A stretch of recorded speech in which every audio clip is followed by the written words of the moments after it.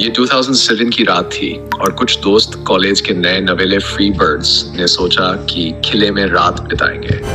हाँ, वही भानगढ़ का किला जिसके बारे में हर कोई कहता है कि वहां रात में रुके तो सुबह जिंदा नहीं लौटोगे। लेकिन यार, इन्हें कौन रोक सकता था?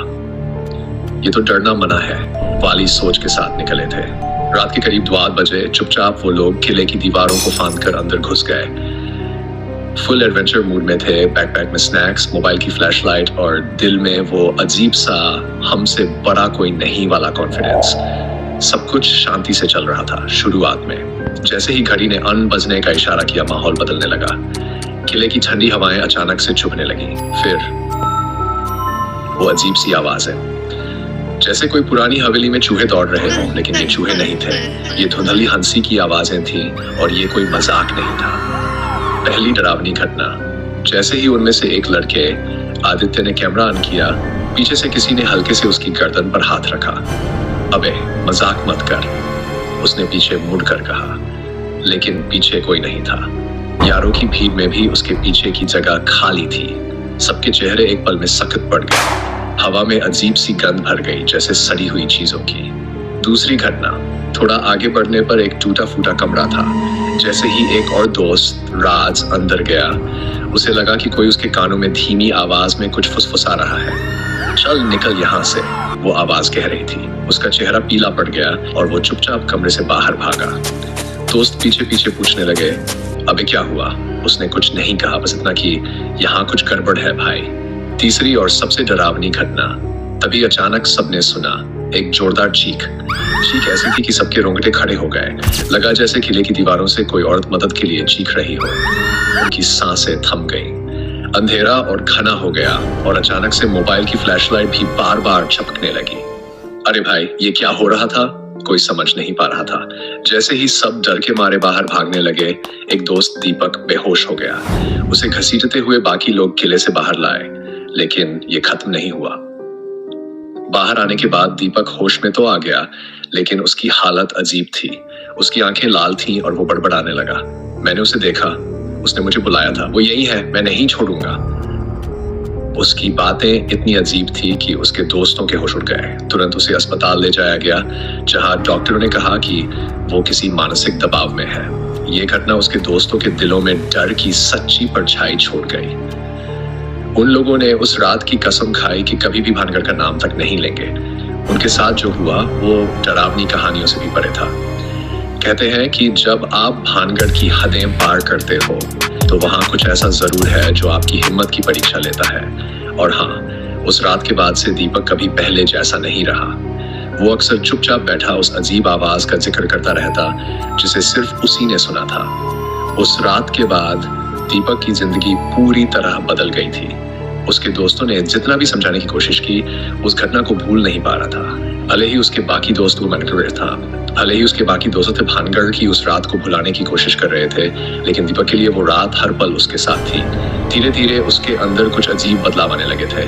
वो हमेशा शांत और चुप रहने वाला लड़का अब एकदम उखड़ा उखड़ा सा रहने लगा। उसकी आंखों में अब एक अजीब सी चमक थी, जैसे किसी रहस्य को छुपाने की कोशिश कर रहा हो। पहली अजीब घटना, एक दिन दीपक अचानक अपने घर से गायब हो गया। उसके परिवार वालों ने उसे ढूंढा, लेकिन वह कहीं नहीं मिला। जब उसके दोस्तों को ये खबर मिली तो वे बुरी तरह डर गए। कुछ घंटों बाद दीपक खुद ही वापस आ गया, लेकिन उसके हाथ में एक पुराना तावीज था, जिसे देखकर उसके दोस्तों की हालत खराब हो गई। दीपक ने कहा, वो मेरे पास आया था, उसने मुझसे कहा कि ये तावीज मुझे बचाएगा। उसके दोस्तों ने उसे बार बार पूछा कि वो कौन है, लेकिन दीपक सिर्फ एक ही जवाब देता, वो वही है जिसे हमने किले में देखा था। कुछ दिनों बाद दीपक के घर में अजीब चीजें होने लगी। रात के समय उसकी मां ने दावा किया कि उन्होंने अपने कमरे में किसी की परछाई देखी जो दीवारों पर सरक रही थी। दीपक के पिता ने तो यहाँ तक कहा कि उन्हें किसी औरत की हंसी सुनाई दी। सबको लगने लगा कि वो कुछ दीपक के साथ किले से वापस आया था।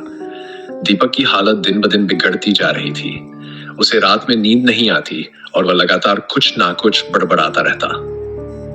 मुझे वापस बुला रही है, मुझे उसके पास जाना होगा। तीसरी और सबसे खतरनाक घटना, एक रात दीपक के दोस्त जो उस किले वाली रात उसके साथ थे, सभी अचानक उसके घर इकट्ठे हुए। दीपक की हालत इतनी खराब हो गई थी कि उसके दोस्तों ने तय किया कि वे किसी तांत्रिक से उसकी मदद लेंगे। वे उसे एक पुराने तांत्रिक के पास ले गए, जिसने दीपक को देखते ही कहा, ये आत्मा तुमसे बंध चुकी है। इसे छुड़ाने के लिए उसे वापस वहीं जाना होगा जहां से ये शुरू हुआ था, भानगढ़। दीपक के दोस्तों को यह सुनकर झटका लगा। कोई भी वापस उस किले में जाना नहीं चाहता था, लेकिन दीपक की हालत ऐसी थी कि उन्होंने सोचा कि अब यही आखिरी रास्ता है। अंतिम यात्रा भानगढ़। दीपक और उसके दोस्त एक बार फिर भानगढ़ लौटे। इस बार वे पूरी तैयारी के साथ गए थे, तावीज, हवन सामग्री और तांत्रिक के दिए हुए निर्देशों के साथ। जैसे ही वे किले के अंदर पहुंचे, दीपक अजीब हरकतें करने लगा। वो बार बार एक ही जगह की ओर इशारा कर रहा था, किले के अंदर के एक पुराने खंडहर की ओर। तांत्रिक ने वहां हवन करना शुरू किया, लेकिन जैसे ही हवन शुरू हुआ, अचानक हवा तेज चलने लगी। ऐसा लगा जैसे किले की सारी आत्माएं जाग गई हों। दीपक जमीन पर गिर पड़ा और तड़पने लगा। उसके मुंह से अजीब अजीब आवाजें आने लगीं, जैसे कई लोग एक साथ बोल रहे हों।